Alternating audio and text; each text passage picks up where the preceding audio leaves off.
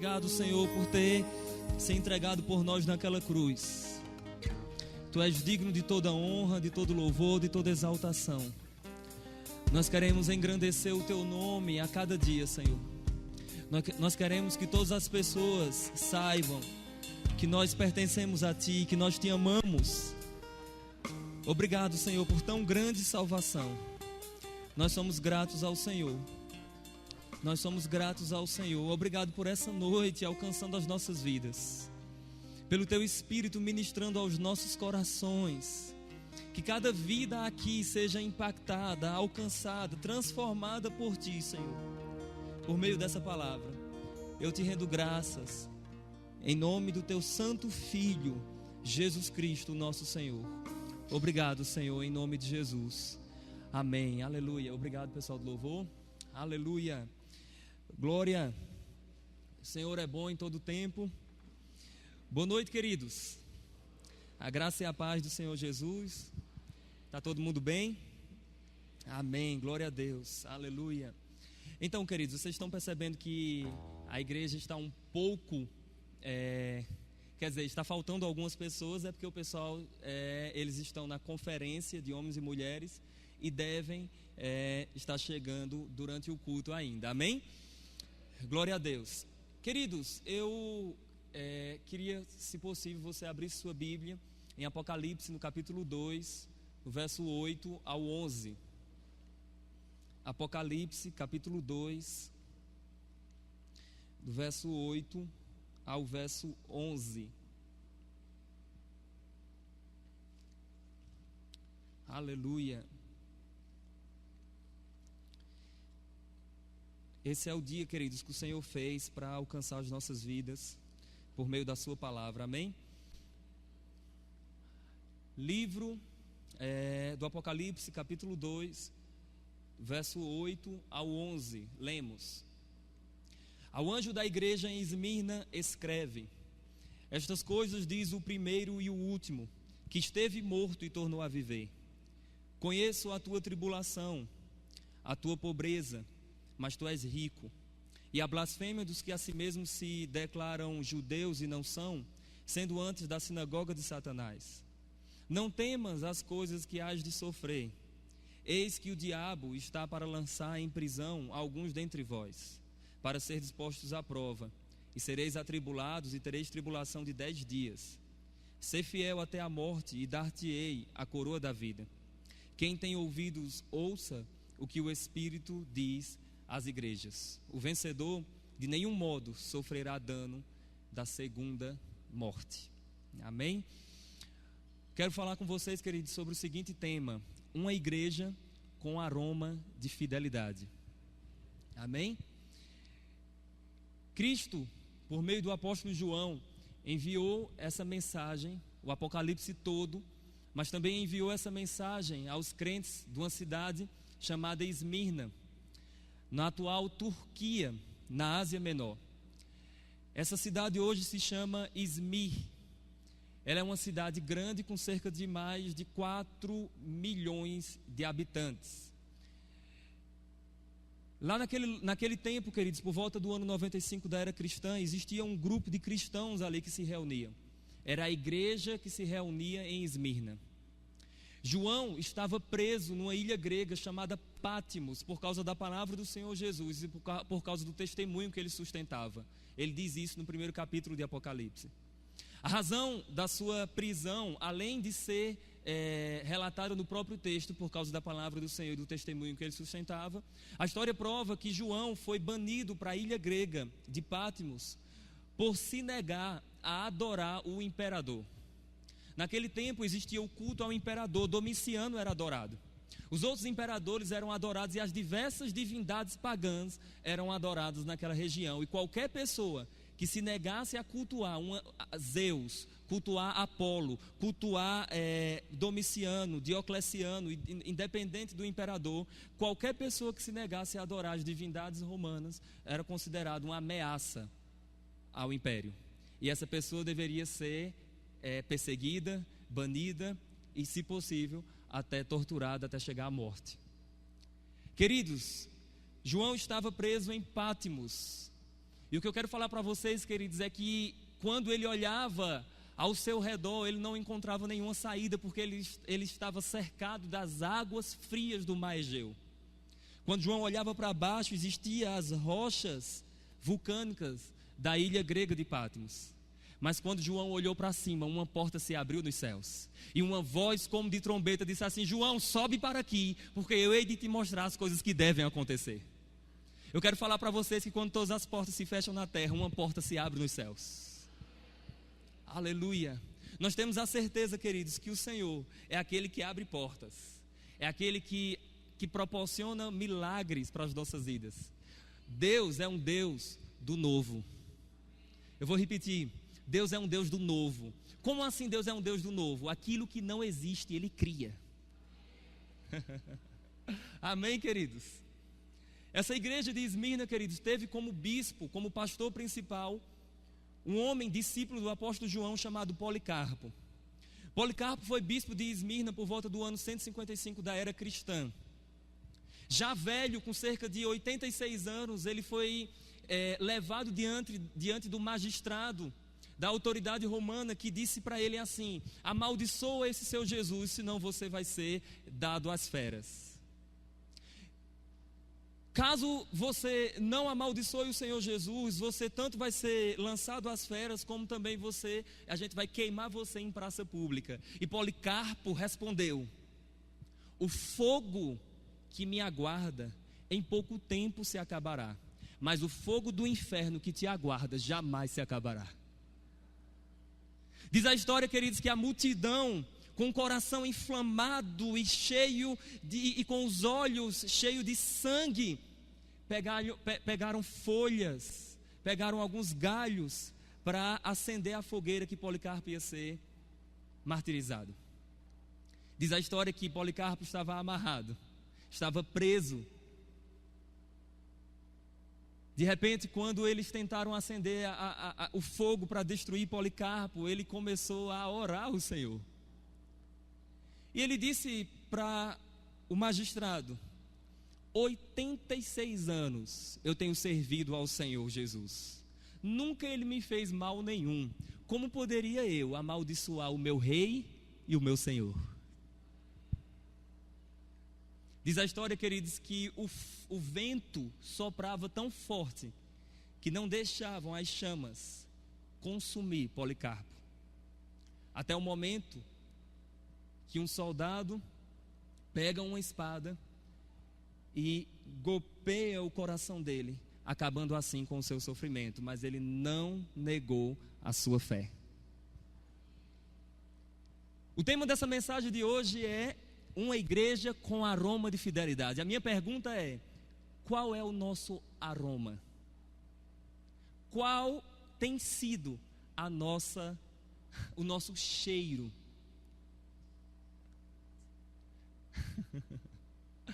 Será que Cristo tem olhado para nós? Será que Cristo tem visualizado, observado as nossas vidas e Ele tem percebido e Ele tem sentido o cheiro de imoralidade? Será que Cristo tem observado as nossas vidas e Ele tem visto, queridos, e Ele tem sentido o cheiro de ingratidão? As nossas vidas devem exalar o bom perfume de Cristo. Diga comigo, Esmirna. Esmirna vem de uma palavra chamada mirra, que era uma planta usada para fazer perfumes. Era usada também na composição do óleo, do azeite, da unção que os sacerdotes utilizavam no Antigo Testamento. Mirra, queridos, tem um cheiro suave, mas um gosto amargo. Essa igreja, ela sofria amarga perseguição, mas a sua fidelidade subia às narinas do Senhor. Mas a sua perseverança subia às narinas do Senhor como fidelidade. Eu quero falar para vocês, queridos, que em meio a tantas circunstâncias, tantos desafios, nós temos que escolher de que lado nós iremos ficar. Nós precisamos ficar, queridos, do lado da verdade. E a verdade é a palavra do Senhor. Certa vez, conta-se uma história que 2 grandes exércitos estavam guerreando batalhando um contra o outro, e no meio desses exércitos havia uma senhora com um cabo de vassoura na mão.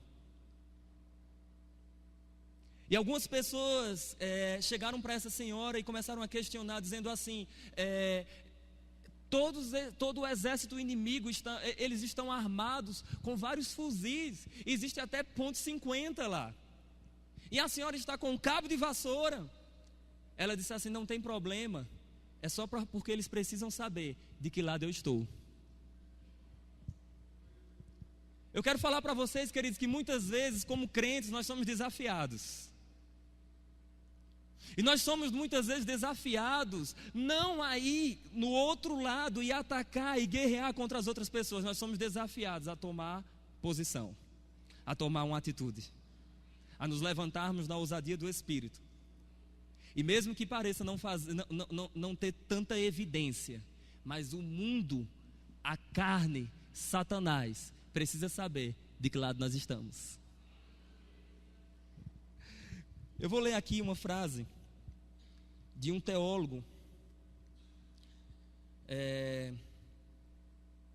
que ele falou a seguinte verdade. Só um momento. Esse teólogo disse: os lugares mais profundos, mais sombrios do inferno estão reservados para aqueles que se mantiverem neutros em tempos de crise.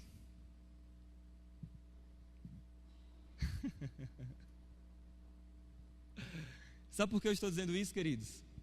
Porque tem pessoas que acham que nós não podemos manifestar a nossa posição em Cristo Jesus. Diante das circunstâncias, nós precisamos mostrar para as pessoas, para o mundo, para Satanás, de que lado nós estamos. Amém? Mesmo que isso custe a nossa própria vida, como custou a vida de Policarpo. Amém? Glória a Deus por isso. Deus é bom.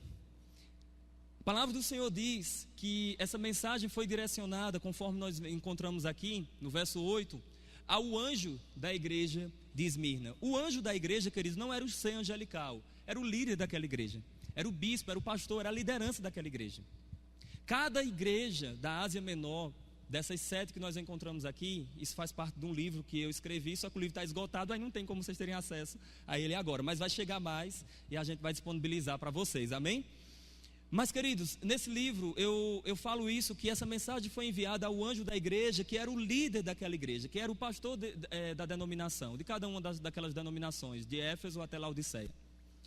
E esse líder, ele deve manifestar a mensagem de Cristo também para aquelas igrejas. Ele é um representante do corpo, ele representa a igreja, mas ele também representa Cristo para aquela igreja. A liderança, ela é responsável não só pela parte administrativa da igreja. A liderança, ela é primeiramente responsável pelo nutrimento, pela nutrição espiritual da igreja. Uma igreja que não tem um bom alimento, as ovelhas vão procurar alimentos em outros pastos. E pode ser que elas sejam envenenadas com heresias, com falsos ensinos. E nós precisamos saber, e o pastor e o líder da igreja precisa saber e precisa ter cautela e cuidado com a doutrina, com o alimento que ele está passando para o seu povo. Eu quero afirmar para vocês que uma igreja não é constituída apenas de paredes. Por que eu estou falando isso? Porque as pessoas podem destruir essas paredes, mas nunca vão destruir a igreja de Cristo.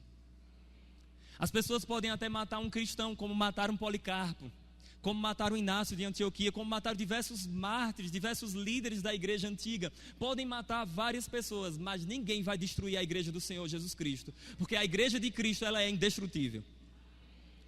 Cristo disse: eis que eu levantarei, eu edificarei a minha igreja, e os portões do Hades não vão prevalecer contra ela. Eu quero falar para vocês que não existe perseguição que possa destruir a igreja de Cristo. Eu não quero saber, querido, se o atual cenário político da nação pode trazer um sofrimento para a igreja. eu quero falar para vocês que ainda que venha diversos sofrimentos, nós nunca seremos destruídos. Nós seremos perseguidos, mas não destruídos. Porque nós somos o corpo místico do Senhor Jesus. Nós somos a coluna e a firmeza da verdade. Nós somos o seu corpo, a sua igreja, os amados, os santos, os eleitos, os da fé. E eu quero afirmar algo para vocês aqui sem medo de estar errado, queridos. Eu estou observando uma geração de crentes que tem medo de perseguição. Eu estou observando uma geração de crentes que está fazendo de tudo para não ser perseguido. E eu quero falar para vocês, é lógico que eu não vou assinar a minha perseguição. Mas, todavia, no entanto, se por meio da minha fé eu sou perseguido, eu permanecerei com a minha fé, mesmo em meio às circunstâncias. Sabe por quê, queridos? Porque Paulo, o apóstolo Paulo, ele escrevendo ao jovem pastor Timóteo, ele disse assim: se alguém quiser viver uma vida piedosa, saiba que vai padecer perseguições. O grande apóstolo Paulo também disse que existe uma leve e momentânea tribulação que nós estamos passando. Preste atenção, a tribulação ela é leve. Preste atenção, ela tem um tempo, ela é momentânea. Mas o efeito disso é eterno e glorioso. A nossa leve e momentânea tribulação está produzindo em nós um eterno peso de glória acima de toda comparação. Se é para eu ser perseguido por meio da minha fé em Cristo Jesus, que venham as perseguições. Eu sei que isso não arranca muito glória a Deus misturado com aleluia. Eu sei que as pessoas não vão dançar, não vão glorificar quando nós falamos sobre isso. Por quê? Porque as pessoas estão acostumadas a entender um lado do evangelho. Mas o evangelho não é só triunfo, o evangelho também é sofrimento. E falar isso para pessoas da palavra da fé é quase que uma facada no coração. Porque nós estamos acostumados com um evangelho triunfante. Eu não estou dizendo para você que Cristo não triunfou, não estou dizendo para você que Cristo não nos levantou, que nós não somos mais do que vencedores, somos tudo isso. Mas Pedro disse que nós iríamos sofrer perseguições. E ele disse: se você sofre perseguição como malfeitor, se arrependa, peça perdão a Deus. Mas se você sofre perseguição por sua fidelidade em Cristo, ele disse: dê glória a Deus por ser participante dos sofrimentos de Cristo. Eu quero falar para vocês que o evangelho é o poder de Deus para a salvação, mas é o poder de Deus também para você ser uma testemunha. E sendo uma testemunha, você vai sofrer perseguições. Perseguições de todos os níveis. Perseguições dentro da nossa casa, perseguições no meio dos nossos familiares, perseguições de outras denominações, perseguições de todos os lados. Mas eu quero falar algo para vocês, queridos.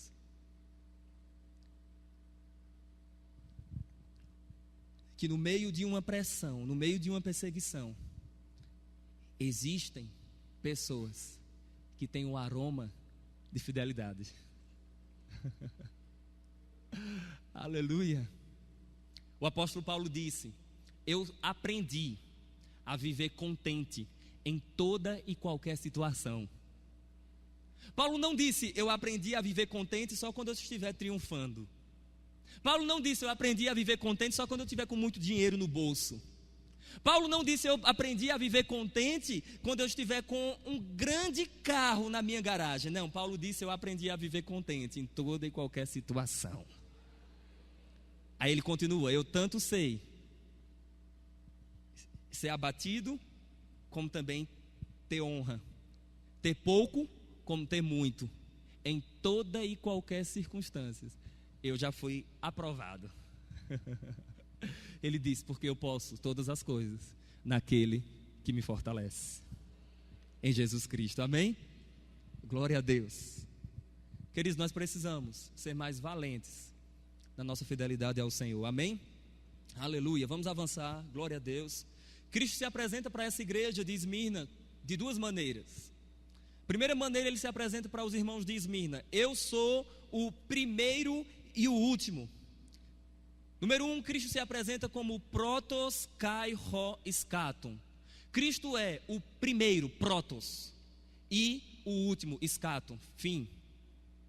Preste atenção numa coisa. Essa apresentação de Cristo exalta a sua divindade. Deus no Antigo Testamento, o Pai, ele é representado como Deus de toda a antiguidade. O Deus que é do início ao fim. Cristo é o alfa e o ômega. Cristo é o início e o fim. E eu quero explicar algo para vocês. Às vezes, quando nós falamos de alfa e ômega, nós pensamos que Cristo é o início, na nossa linguagem natural, e o fim. E depois dele vem algo mais. Não. Alfa, no alfabeto grego existem duas letras. Quando você vai falar sobre o alfa, você tem alfa, ômega, existem dois Os. É o O breve, chamado de ômicro, e o O longo, chamado de ômega. Ômicro quer dizer O. Ômega quer dizer O. Isso quer dizer o quê? Que Cristo, ele não é só o início e o fim. Ele é o início e a continuação de todas as coisas. Ele não tem início, nem tampouco tem fim. Ele é Senhor absoluto. Ele é aquele que era, que é e que há de vir. Cristo é, queridos, o mesmo ontem, hoje e o será eternamente. Não houve um tempo que Cristo foi criado.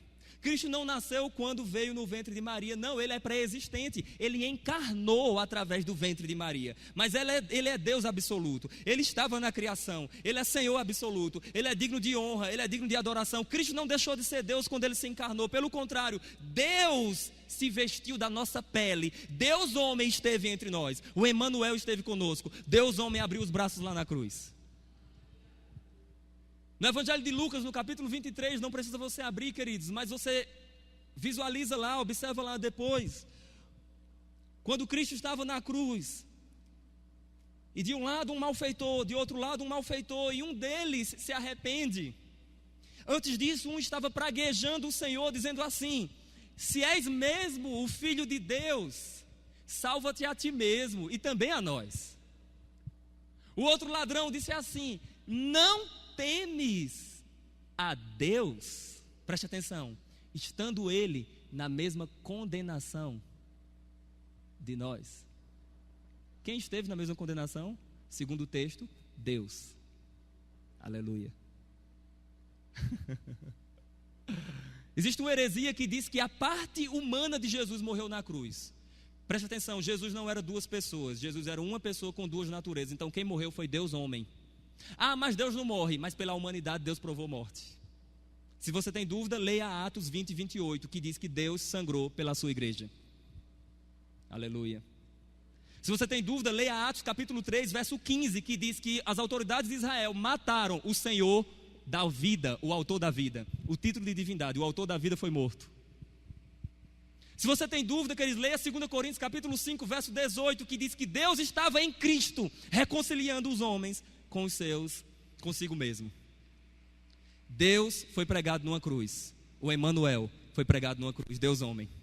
Amém, queridos? Se Jesus não era Deus, por que ele perdoa pecados? Se Jesus não era homem, por que ele sentiu fome? Jesus era Deus e homem. Amém, queridos? Filipenses capítulo 2, do verso 5 em diante, até o verso 11, não prova que Jesus deixou de ser Deus.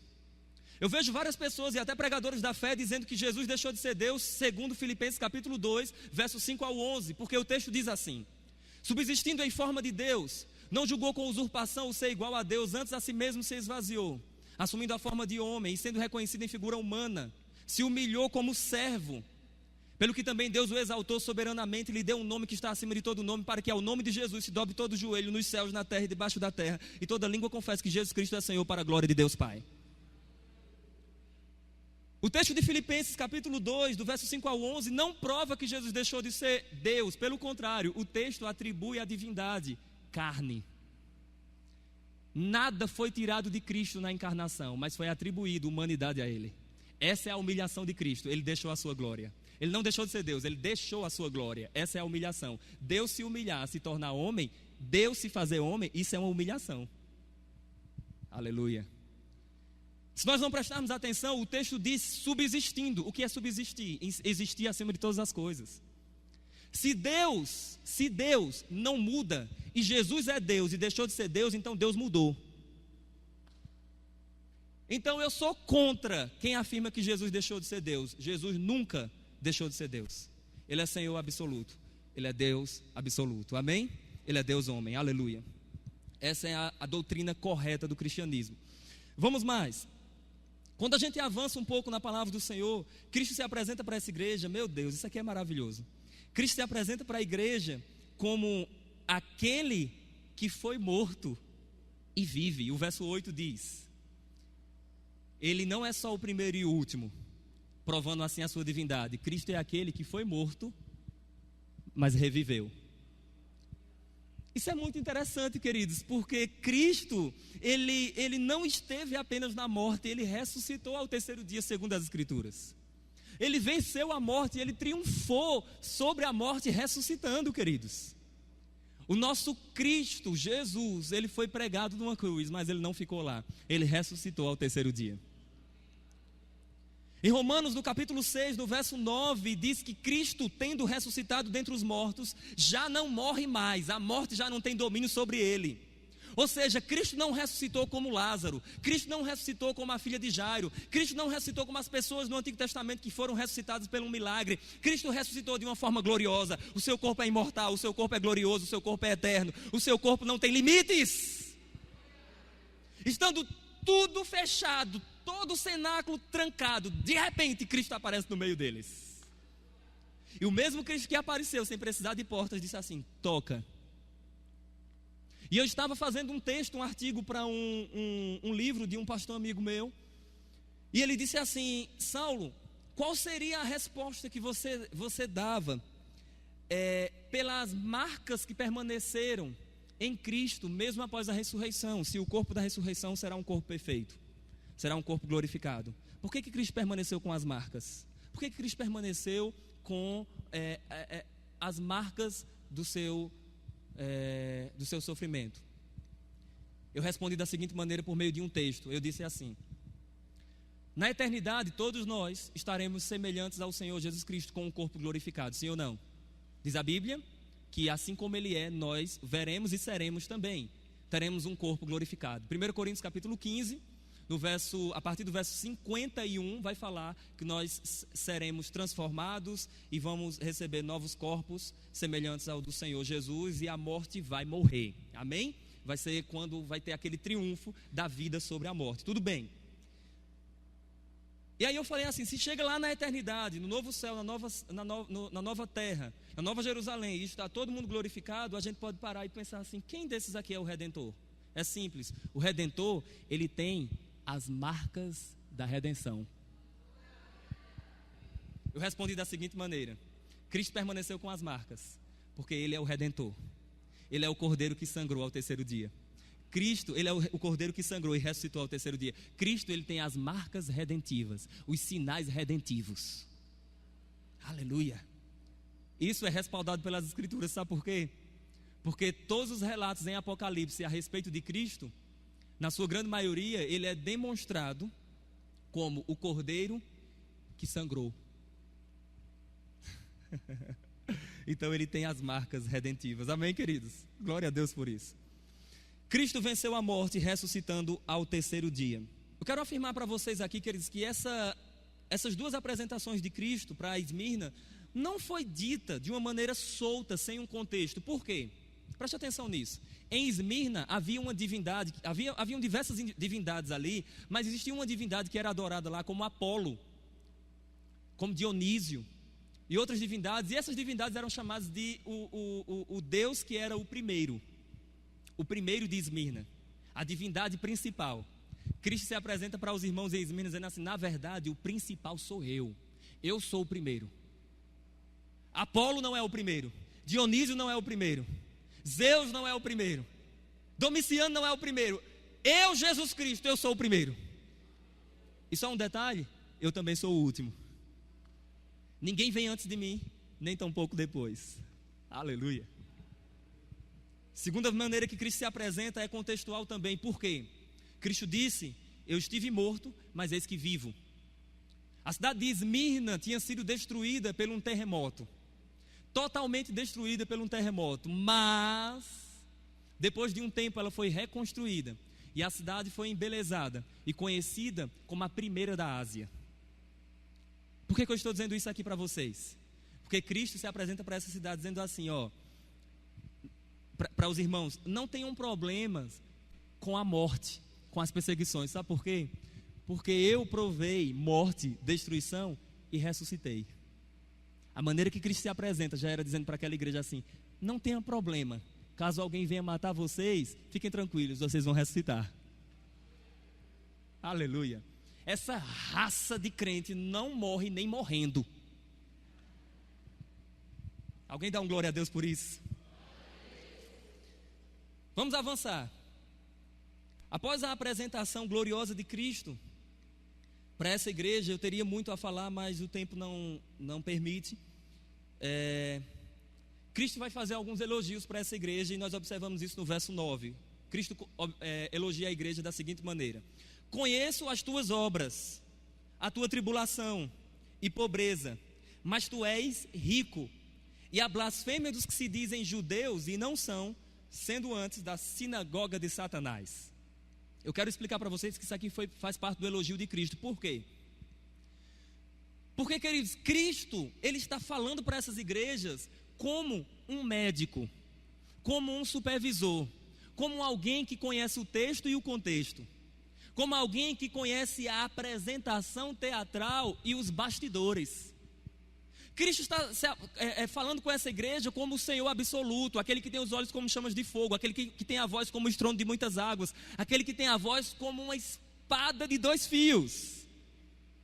E Cristo falando para a sua igreja dessa maneira, Ele está dizendo assim: eu conheço a tribulação de vocês, eu conheço o sofrimento de vocês. E outra coisa, vocês estão pensando que são pobres? Na verdade, vocês são ricos. Preste atenção nisso.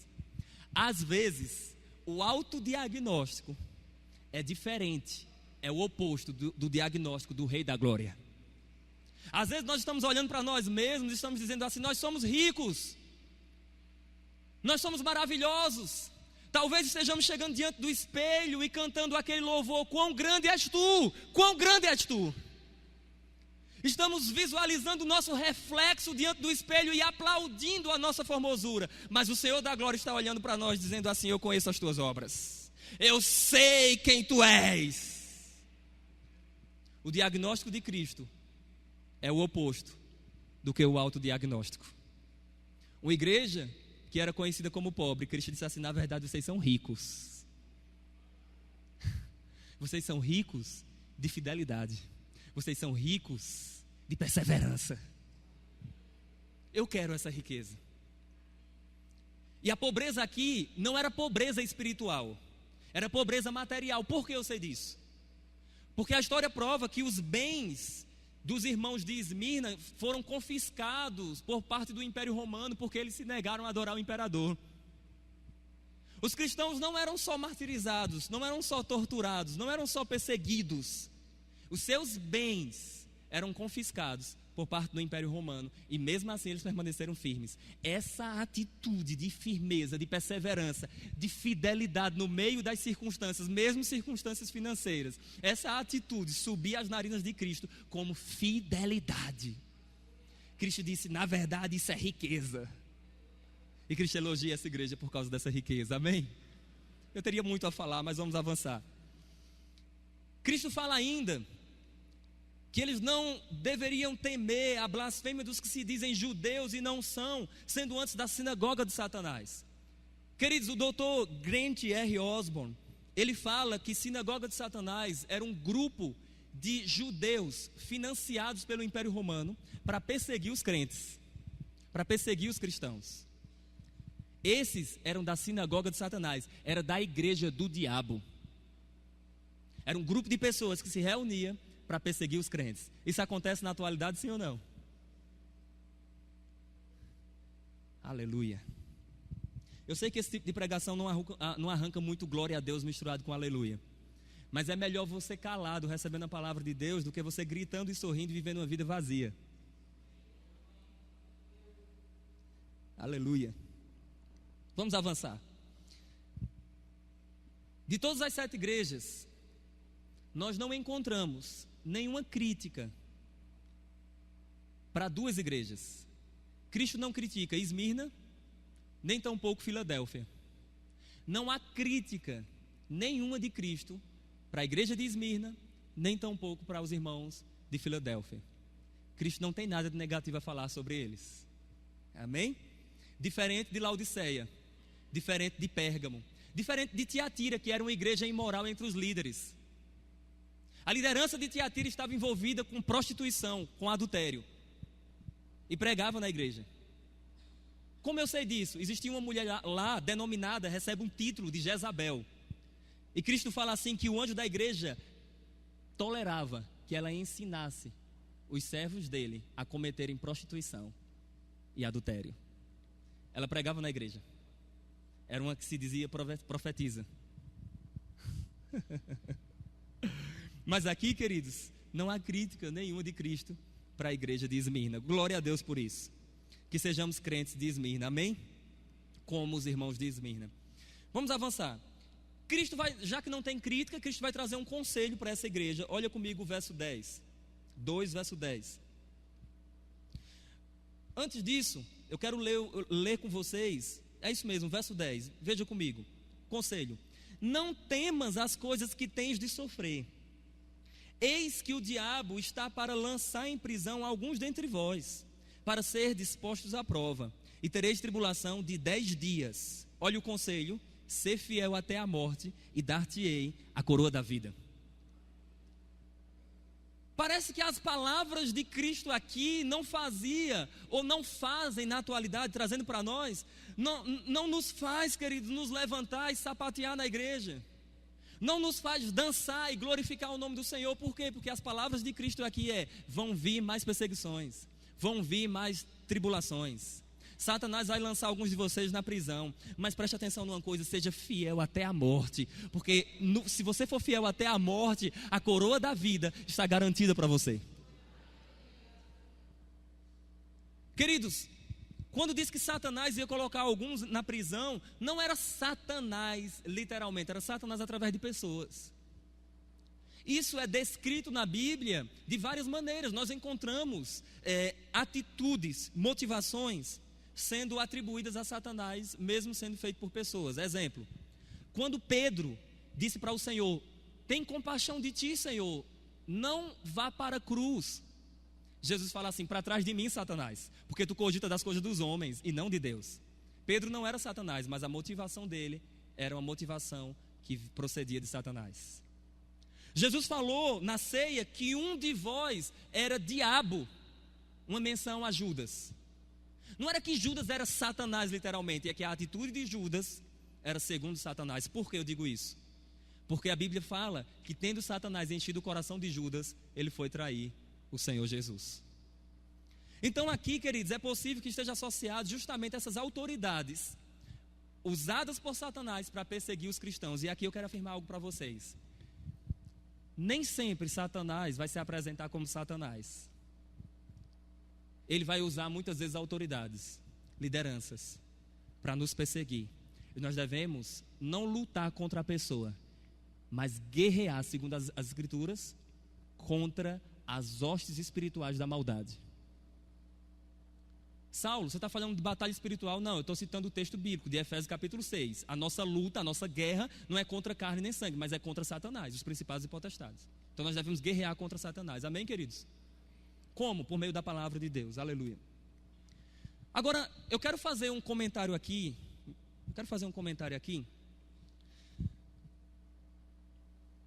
E eu quero que vocês entendam, queridos, bem direito esse comentário.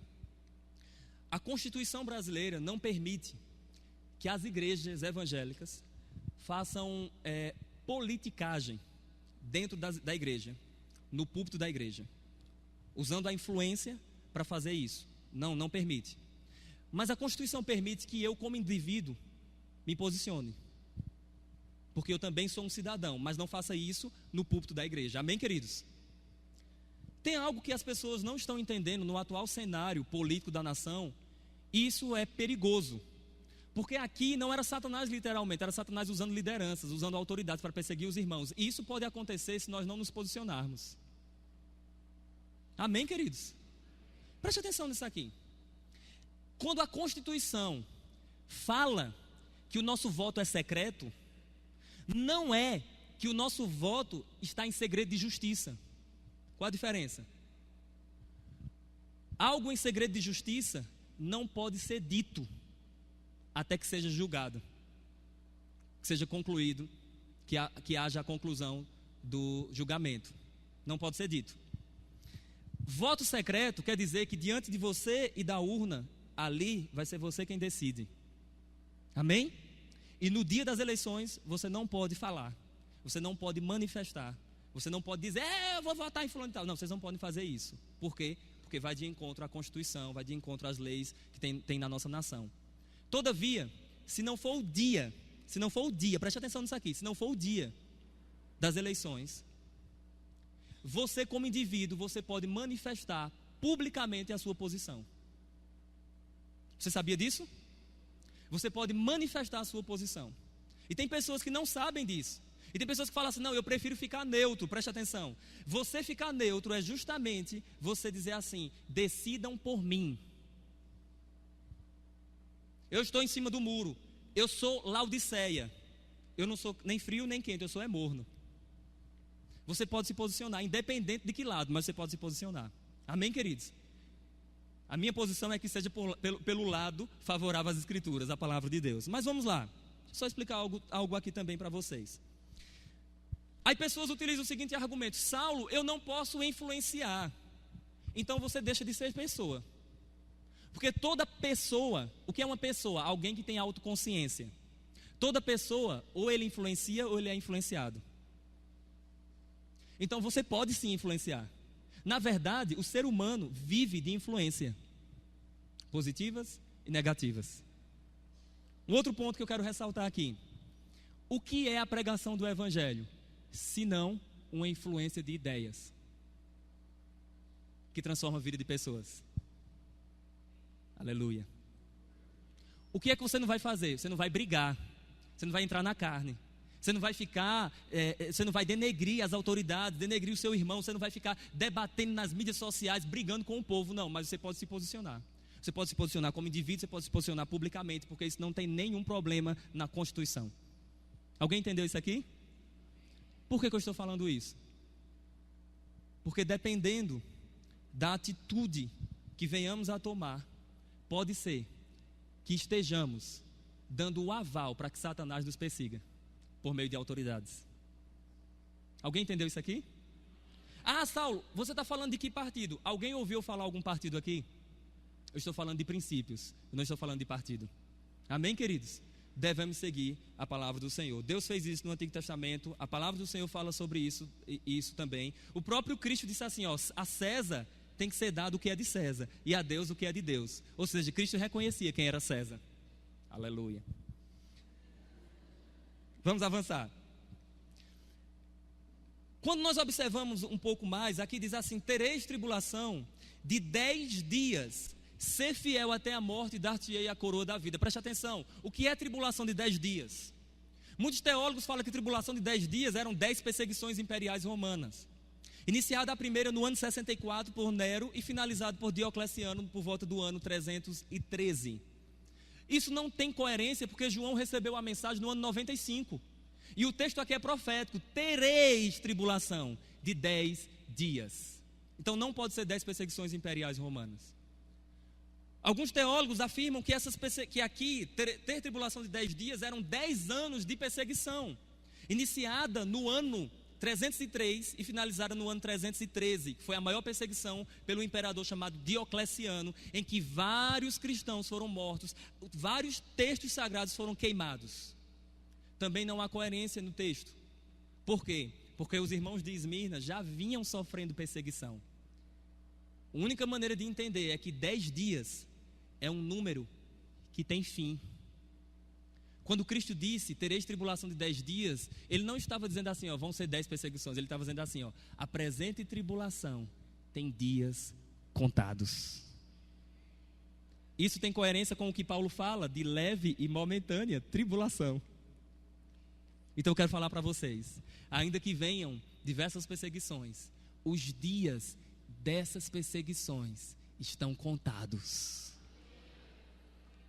A palavra do Senhor disse, querida, a palavra do Senhor diz que nós devemos perseverar no meio das circunstâncias. Amém? Vamos avançar. Meu Deus, eu tenho tanta coisa para falar. Veja, são 4 versículos. 4 versículos. Você ficou curioso para mergulhar mais? Adquira o livro Apocalipse de Cristo às 7 igrejas. Aleluia. Vamos avançar. Olha comigo, por favor, ainda o verso 10. Ele diz: ser fiel até a morte e dar-te-ei a coroa da vida. Preste atenção. Eu quero caminhar para o fim da minha mensagem dizendo assim: até onde vai a nossa fidelidade? Quais os limites da nossa fidelidade ao Senhor? Até quando seremos fiéis? Existem pessoas dentro do corpo de Cristo que elas são fiéis até conseguirem o namorado, a namorada, o emprego, o carro, a viagem, a salvação dos seus familiares. Elas são fiéis até conseguirem alguma coisa. E o que é isso?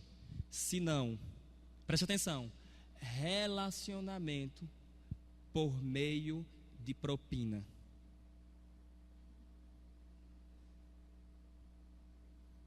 Eu vou piorar o exemplo. O que é isso? Se não o mesmo que uma prostituta faz. Intimidade por meio de dinheiro. Tem pessoas dentro da igreja que elas têm intimidade com o Senhor por meio da bênção que vai receber. Elas são fiéis só até receber a bênção. Elas são fiéis só até receberem o resultado da oração. O que é isso? Senão um ato de prostituição. Repito, até onde vai nossa fidelidade? Quais os limites da nossa fidelidade ao Senhor? Será que deve ser só até recebermos as bênçãos desejadas? Parece que Cristo deixa claro até onde deve ser. Olha o texto: ser fiel até a morte. Preste atenção nisso. Os limites da nossa fidelidade chama-se morte. Nós devemos permanecer firmes, fiéis ao Senhor até o fim, até a morte. Mesmo que isso custe a nossa própria vida, nós não devemos vacilar, nós não devemos retroceder, nós devemos permanecer firmes até o fim, até a morte. E essa fidelidade até a morte, o resultado vai ser a coroa da vida. E a coroa da vida está associada a galardões que nós iremos receber no tribunal de Cristo. Nós seremos galardoados, recompensados no tribunal de Cristo. Eu vou fechar minha mensagem aqui. O verso 11 ele diz: quem tem ouvidos, ouça o que o Espírito diz às igrejas. O vencedor de nenhum modo sofrerá dano da segunda morte. Queridos, a segunda morte é o tormento no lago de fogo e enxofre. É a morte eterna. É o sofrimento eterno. Preste atenção, o vencedor não vai sofrer eternamente. O vencedor não vai para a segunda morte. O vencedor, ele vai para a vida eterna. Ele vai desfrutar com o Senhor pelos séculos dos séculos. E quem é o vencedor? O vencedor é todo crente em Cristo Jesus. É todo crente que persevera no Senhor. É todos aqueles que foram lavados pelo sangue, lavados e comprados pelo sangue do Senhor Jesus. O louvor pode vir? Aleluia, aleluia, aleluia. Glória a Deus. Vocês podem dedilhar algo aqui. Eu quero fazer a conclusão aqui dessa mensagem lendo uma parte do livro aqui com vocês. Eu coloquei assim: pessoalmente chamo essa carta de a carta do triunfo da vida sobre a morte. O crente não deve temer as coisas ou coisa alguma, mas deve ser fiel sob quaisquer circunstâncias. A morte da morte não é a sua aniquilação, mas sim sua ineficiência em matar. A morte vai morrer, pois ela não poderá mais nos matar. Costumo dizer que a morte caiu no encanto de matar. Quando ela matou o Rei da Glória, decretou a sua própria morte. E hoje ela está caminhando nos frios corredores da própria execução. Morte, teus dias estão contados. Morte, tu morrerás. Eu quero dizer para vocês, queridos, que nós devemos ter o nosso coração inflamado de fidelidade ao Senhor. O nosso coração deve ferver de expectativas para servirmos ao Senhor. Em servirmos ao Senhor. Servir por qual motivo? Por qual razão? Porque amamos o Senhor. Porque nós amamos o Senhor. A minha fidelidade não é até eu ganhar o iPhone que eu queria. A minha fidelidade, queridos, não deve ser até eu conseguir tudo que eu almejo nessa vida. A minha fidelidade deve ser até a morte, até o fim. Igreja de Arco Verde, noiva do Cordeiro, nós precisamos nos consultar com o médico Jesus. E ele vai fazer um diagnóstico total da Igreja Verbo da Vida de Arco Verde e individual. E aqui eu quero fazer a seguinte pergunta: com qual igreja você parece? Será que você é um crente éfeso, que tem trabalho, que tem perseverança, que tem paciência, que tem doutrina, mas abandonou o primeiro amor? Será que somos crentes de Esmirna, que somos perseguidos e aparentemente pobres, mas diante de Cristo nós somos ricos? E temos aroma e a nossa fragrância sobe ao Senhor como fidelidade? Será que somos crentes de Pérgamo, que seguimos a doutrina de Balaão? Será que somos crentes de Tiatira, em que lideranças e pessoas que aparecem nos cultos, pessoas que têm evidência nos cultos, por meio de pregadores, ministros de louvor, ministros aqui, pessoas que aparecem, diaconato, as pessoas que estão trabalhando, as pessoas que aparecem? Será que nós somos dessas pessoas que estamos aparecendo, mas estamos vivendo uma vida imoral? Será que nós somos crentes de Sardes, que Cristo olhou para nós e disse assim, que Cristo olha para nós e diz assim: vocês têm fama que tem vida, mas na verdade vocês são mortos?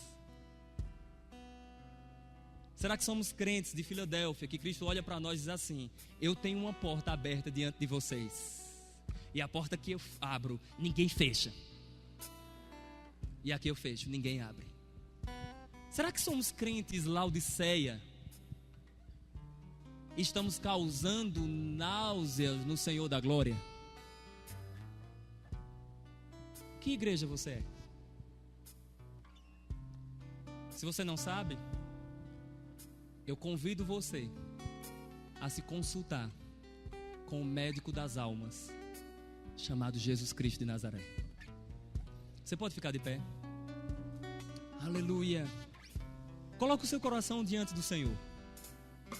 Coloca a sua vida diante do Senhor e vamos orar ao Senhor. Senhor, nós te damos graças. Senhor, nós não queremos ser reprovados por Ti. Mas, Senhor, mesmo que em algum momento sejamos reprovados, existe uma chave, existe uma porta que devolve a nós a alegria que o sentimento de culpa roubou. E essa porta chama-se o arrependimento. Senhor, nós te damos graças. E nós colocamos o nosso coração diante de Ti, Senhor, para que o Senhor sonde os nossos corações e nos dê, Senhor, uma resposta favorável, conforme a atitude do nosso coração. Nós queremos avançar, nós queremos prosseguir, olhando para Ti, Senhor. Nós te damos graças. Obrigado pelos meus irmãos. Eu declaro graça e sabedoria sobre eles, para que eles avancem cada vez mais, olhando para Ti, e sejam fiéis até a morte. Em nome de Jesus. Amém.